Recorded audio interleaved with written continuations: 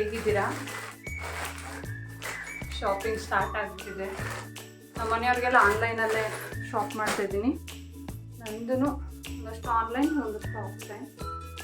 So ಇವತ್ತು ಕೂಡ shopping day. ಇನ್ನೇನು ಸುಮಂತ್ ಹತ್ರ ಬರ್ತಿದೆಯಲ್ಲ, ಸ್ವಲ್ಪ ನಾವೇ ಎಲ್ಲ ಶಾಪ್ ಮಾಡೋಣ ಅಂತ. ಆಮೇಲೆ ನಾವೇನೇ ಆರ್ಗನೈಸ್ ಮಾಡೋಣ ಅಂದ್ಕೊಂಡಿದ್ದೀವಿ. ಫ್ರೆಂಡು, ಅಣ್ಣ ಎಲ್ಲರೂ ಸೇರಿಕೊಂಡು ನಾವೇ ಫಂಕ್ಷನ್ ಫುಲ್ ಆರ್ಗನೈಸ್ ನಾವೇ ಮಾಡೋಣ ಅಂತ ಅಂದ್ಕೊತಿದ್ದೀವಿ. ಸ್ವಲ್ಪ ಆಚೆದೆಲ್ಲ ಸ್ವಲ್ಪ ರೇಟು ಅಡ್ಜಸ್ಟ್ ಆಗ್ತಿಲ್ಲ. ನಮಗೇನೆ ತುಂಬ ಐಡಿಯಾಸ್ ಇದೆಯಲ್ಲ, ಸರಿ ನಾವೇ ಮಾಡಿಬಿಡೋಣ ಅಂತ ನೋಡ್ಕೊಂಡು ಮಾಡ್ಕೊತಾಯಿದ್ವಿ. ಅದಕ್ಕೆ ಇವತ್ತು ತುಂಬ ಶಾಪಿಂಗ್ ಇದೆ. ಸಾರಿ ಎಲ್ಲ ಪರ್ಚೇಸ್ ಆಗಿದೆ. ಈಗ ಸ್ಟಿಚಿಂಗ್ ಮತ್ತು ವರ್ಕು ಕೊಡಬೇಕು ಇವತ್ತು. ಅದಲ್ಲದೆ ಸ್ವಲ್ಪ ಜುವೆಲ್ಸ್, ಇನ್ನೊಂದಷ್ಟು ಎಸೆನ್ಷಿಯಲ್ ಥಿಂಗ್ಸ್ ಎಲ್ಲ ಏನೇನಿದೆ ಇದೆಲ್ಲ ಪರ್ಚೇಸ್ ಮಾಡಬೇಕು. ಅದಕ್ಕೆ ಇವತ್ತು ಡೇ ಫಿಕ್ಸ್ ಆಗಿದೆ. ಅದಕ್ಕೆ ಹೋಗೋಣ ಅಂದ್ಕೊಂಡು ಈಗ ರೆಡಿ ಆಗಿಬಿಟ್ಟಿದ್ದೀನಿ.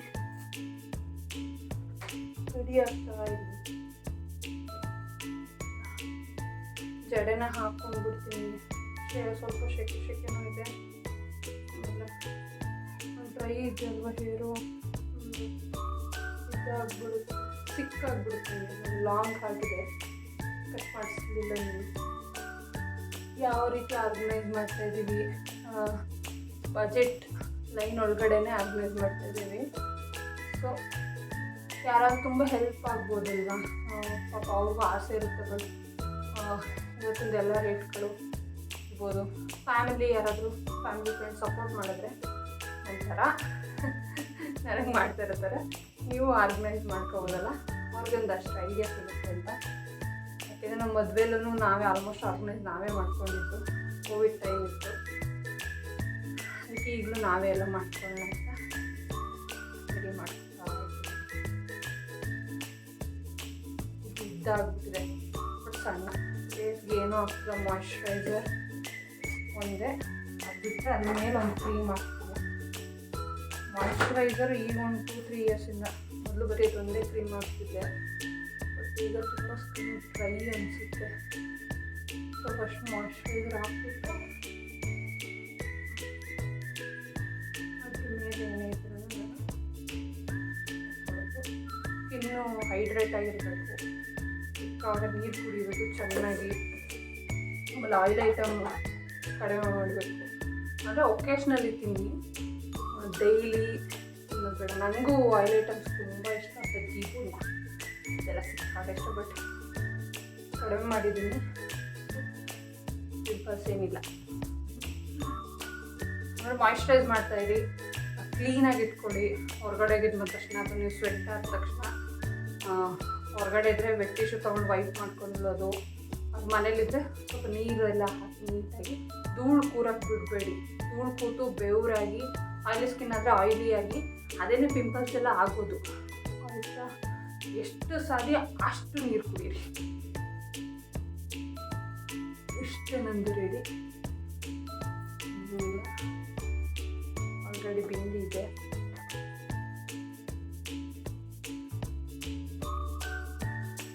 3:30ಗೆಲ್ಲ ಬರ್ತೀನಿ, ಹೊರಟ್ಬಿಡೋಣ. ಇದು ಮಕ್ಕಳು 4 ಆಗಿಬಿಡುತ್ತೆ ಅಂದ್ಕೊಂಡೆ.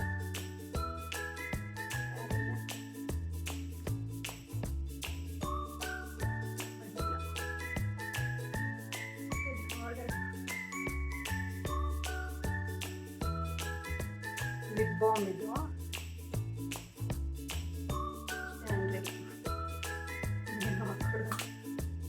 ಅಂದರೆ ಸಿಂಪಲ್ ಶಾಪಿಂಗ್ ಅಲ್ವಾ, ಜಾಸ್ತಿಲ್ಲ.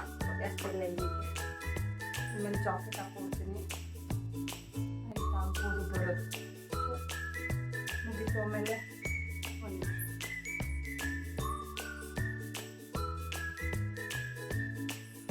ಏನು ಸ್ಟಿಚ್ ಕೊಡಬೇಕಲ್ಲ ಸೀರೆ, ಅದನ್ನು ತೊಗೊಂಡಿದ್ದೀನಿ. ದುಡ್ಬೇಕಲ್ಲ ಶಾಪಿಂಗ್ ಮಾಡಿ. ದುಡ್ಡು ಯಾವಾಗಲೂ ವಾಟರ್ ಇದ್ದೇ ಇರುತ್ತೆ. ಈ ಟೈಮಲ್ಲೂ ಇನ್ನೂ ಇರುತ್ತೆ ಆಚೆ ದುಡ್ಡು ಕುಡಿಯೋದು ಅಲ್ವಾ. ಆಮೇಲೆ ಇಂಪಾರ್ಟೆಂಟ್ ಲಿಸ್ಟ್. ತುಂಬ ಜನ ಮಾಡಿ ಕರೆಕ್ಟಾಗಿರುತ್ತೆ. ಅನಾವಶ್ಯಕವಾಗಿ ನಾವು ಶಾಪ್ ಮಾಡ್ತೀವಿ ಅನ್ನೋದು ಅಂದರೆ ಹೆಣ್ಮಕ್ಳು ನೋಡಿದೆಲ್ಲ ಬೇಕನ್ಸುತ್ತೆ ಅಲ್ವಾ.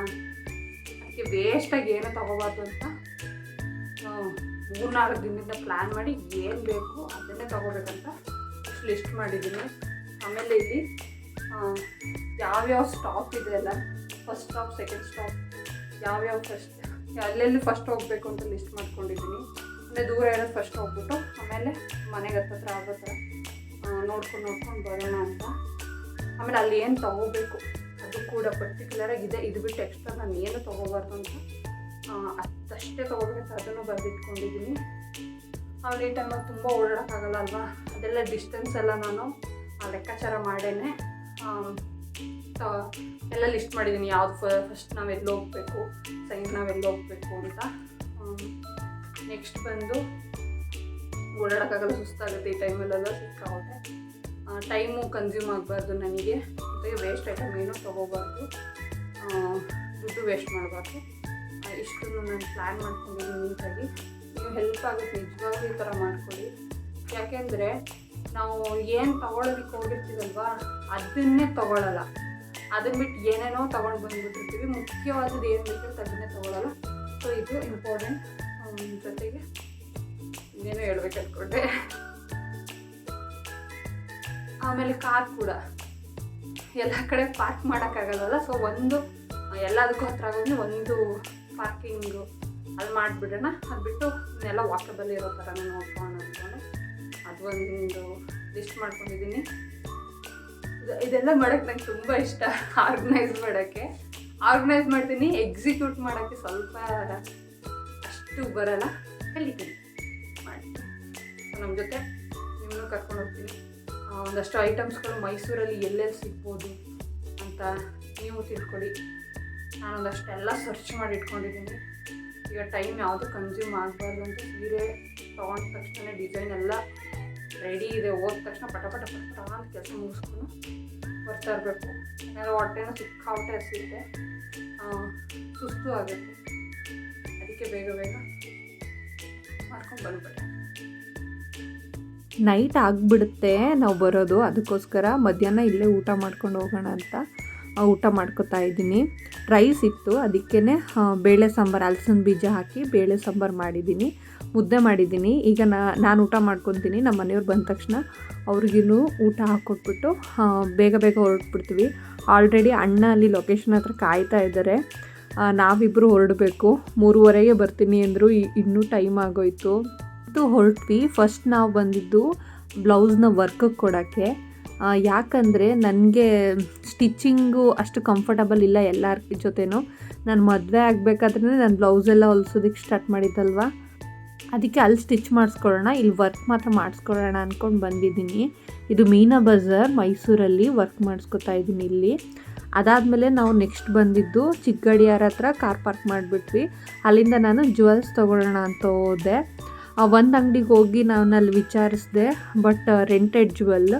ನನಗೆ ರೆಂಟೆಡ್ ಜುವೆಲ್ಗಿಂತ ಈ ಬೇರೆ ಐಟಮ್ನೇ ಕಡಿಮೆಗೆ ಸಿಗುತ್ತೆ ಅಂತ ಗೊತ್ತಾಯಿತು. ಇನ್ಸ್ಟಾಗ್ರಾಮಲ್ಲಿ ಈ ಅಂಗಡಿನ ನಾನು ಸರ್ಚ್ ಮಾಡಿ ಇಟ್ಕೊಂಡಿದ್ದೆ. ಸೊ ಇಲ್ಲೊಂದು ಸಲ ವಿಚಾರಿಸೋಣ ಅಂತ ಹೋದ್ವಿ. ಇಲ್ಲಿ ರೆಂಟೆಡ್ ಜುವೆಲ್ಸ್ ಇರಲಿಲ್ಲ, ಪರ್ಚೇಸಿಂಗೇ. ನನಗೆ ರೀಸನಬಲಲ್ಲೇ ಪರ್ಚೇಸಿಂಗೇ ಸಿಕ್ತು. ಏನು ಎಕ್ಸ್ಟ್ರಾ ಒಂದು 500 ಕೊಟ್ಟಿದ್ದೀನಿ ರೆಂಟೆಡ್ ಜುವೆಲ್ಗಿಂತ ಅಷ್ಟೇ. ಸೊ ನಾನು ನನ್ನ ಫ್ರೆಂಡ್ಸ್ ಎಲ್ಲ ಇರೋದ್ರಿಂದ ಆರಾಮಾಗಿ ನಾವು ಶಫಲ್ ಮಾಡಿ ಹಾಕೋತಾ ಇರ್ತೀವಿ, ತುಂಬ ಜುವೆಲ್ಸ್ ಇಲ್ಲ.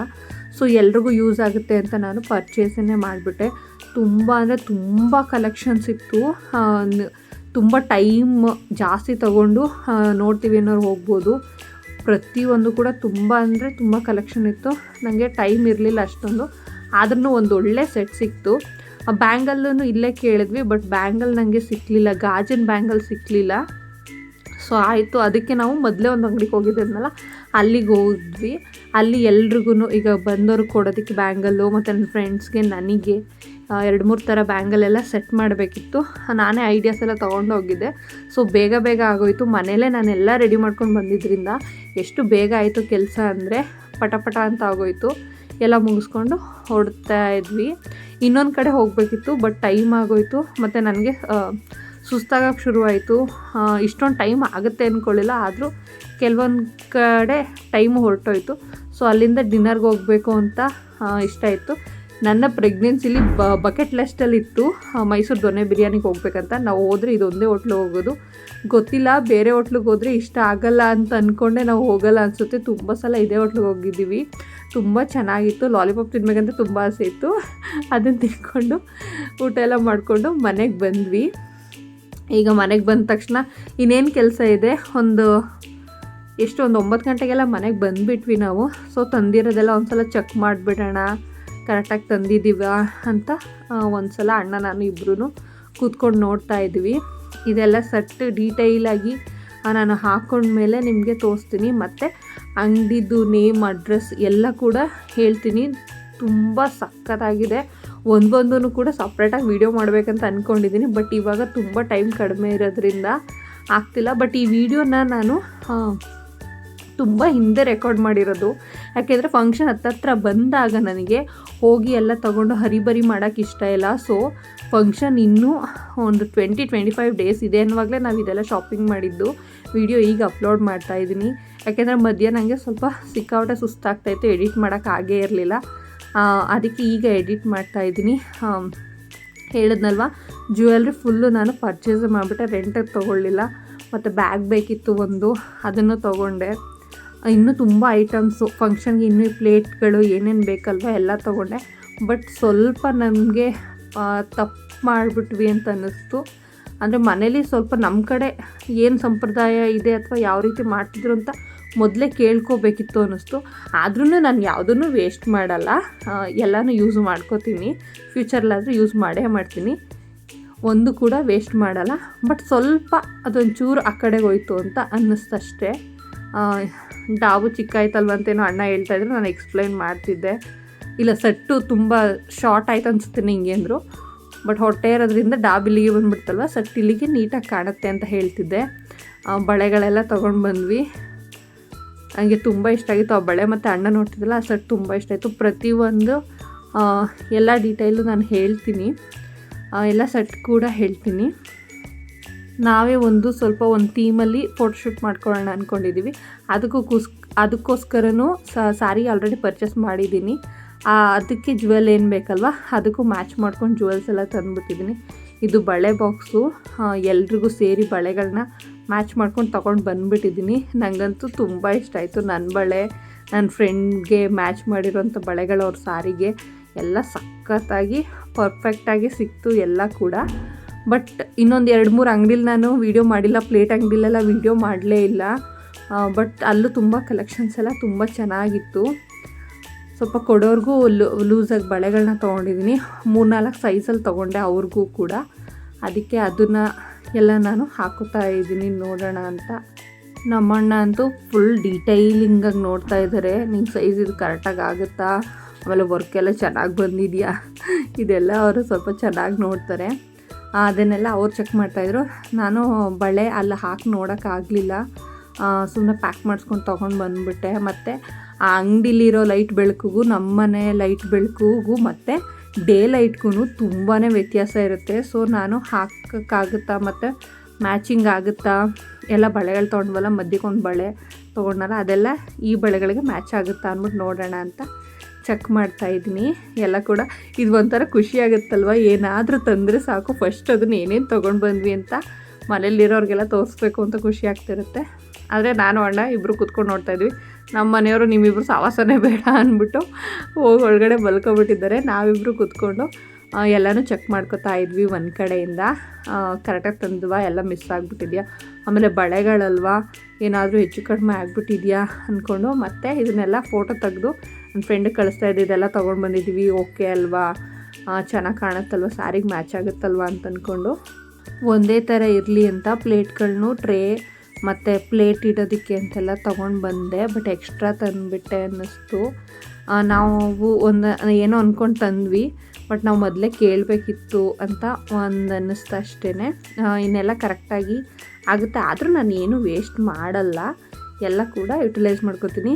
ಆ ಬ್ಯಾಸ್ಕೆಟ್ ಬಂದು ಅಣ್ಣ ತುಂಬ ಚೆನ್ನಾಗಿದೆ, ತಗೋ ಅಂತ ಹೇಳಿದ್ರು. ಸೊ ಸರಿ ಆಯಿತು, ಅದು ಒಂದು ತಗೊಳ್ಳೋಣ ಅಂತ ತೊಗೊಂಡಿದ್ದೀನಿ. ಪುಟಾಣಿ ಬ್ಯಾಸ್ಕೆಟ್ ಆಯಿತಾ. ಸೊ ಎಲ್ಲನೂ ಸಿಕ್ಕಿದೆಯಾ ಅಂತ ನೋಡ್ಕೊಂಡು ತೊಗೋತಾ ಇದ್ದೀನಿ. 20 ಡೇಸ್ ಮೇಲೇ ಇದೆ ಅಲ್ವಾ, ಸೊ ಸೇಫಾಗಿ ಒಂದು ಕಡೆ ಎತ್ತಿಡ್ತಾ ಇದ್ದೀನಿ. ಇಷ್ಟು ಈ ವಿಡಿಯೋ ಆಗಿತ್ತು. ಈ ವಿಡಿಯೋ ನಿಮ್ಗೆ ಇಷ್ಟ ಆಗಿದ್ರೆ ಲೈಕ್, ಶೇರ್, ಸಬ್ಸ್ಕ್ರೈಬ್. ನೆಕ್ಸ್ಟ್ ವಿಡಿಯೋಗೋಸ್ಕರ ಕಾಯ್ತಾ ಇರಿ. ಬಾಯ್ ಬಾಯ್, ಥ್ಯಾಂಕ್ ಯು.